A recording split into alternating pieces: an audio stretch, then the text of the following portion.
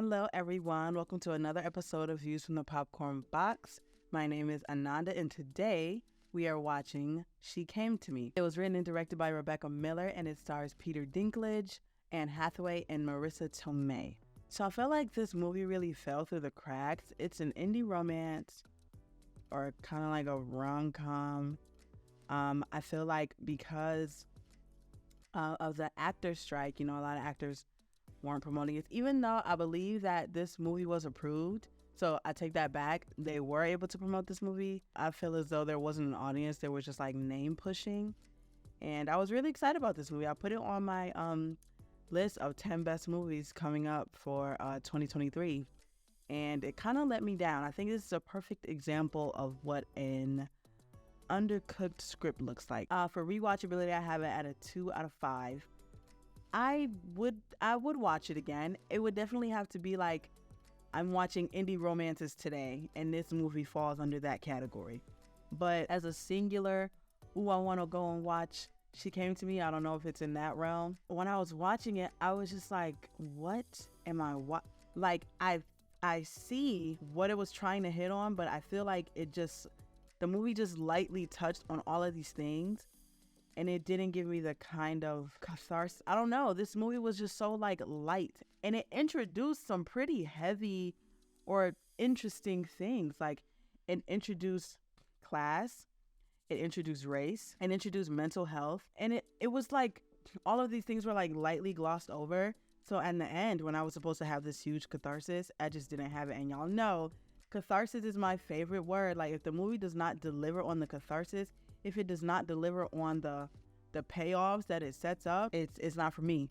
For story, I have a 3 out of 5. Like I said, I feel like it was so undercooked. I would have loved to see the road to the mental breakdown of Patricia's character more illustrated. I feel like we got bits and pieces.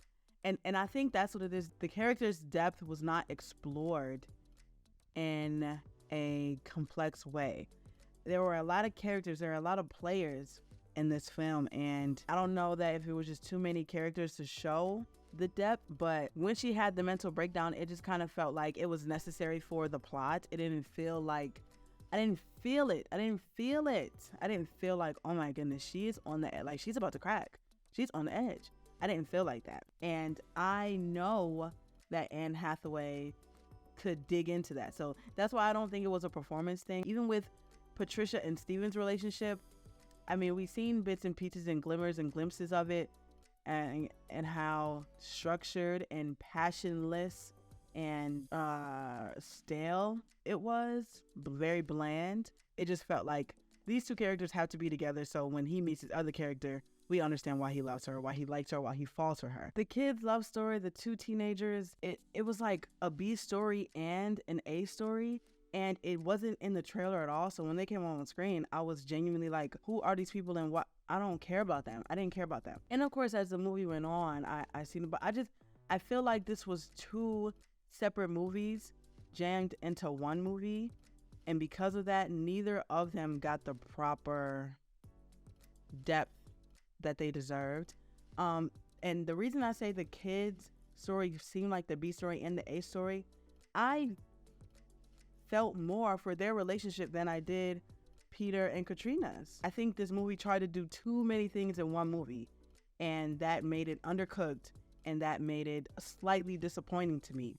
But it was just so shallow, and there was so many opportunities for such depth, and that's why I'm saying I see where it was going. I've seen it, and I understand the intention, which is why when it didn't hit that, I was kind of like, well, what am I watching then? For cinematography, I give this movie a 3 out of 5. I didn't see anything especially extraordinary. I did enjoy Steven's opera shows. I did enjoy, how those looked. I did enjoy some of the scenes where we see Katrina's boat. I like some of the scenes in the boat. But overall, it wasn't anything that stands out to me. My cinematography, the lowest you can get from me is 3 out of 5. Overall, I gave this movie a 3 out of 5 on Letterboxd. I was definitely like let down and disappointed, but I seen the vision. If you want to ask me, is it worth the watch? I'm going to say yes. I think everything is worth being given a chance. Most movies are worth being given a chance. And I think She Came to Me it's definitely a movie worth being given a chance. Like I said, I will watch it again if I'm having an indie romance marathon. I do wish it would have leaned into either more comedy or more drama, because it kind of teetered on this dramedy, dark dramedy, but it didn't go anywhere extremely enough. It didn't go far into enough. It didn't go far enough into this, far enough into that, and it didn't mix them well. So it kind of is just in this limbo state, which is why I feel like it feels how it feels. In addition to not delivering on all of the things that were introduced and set up, but I still believe it is worth the watch for the performances and for just, a passive laugh. For a passive laugh, you should definitely watch She Came to Me.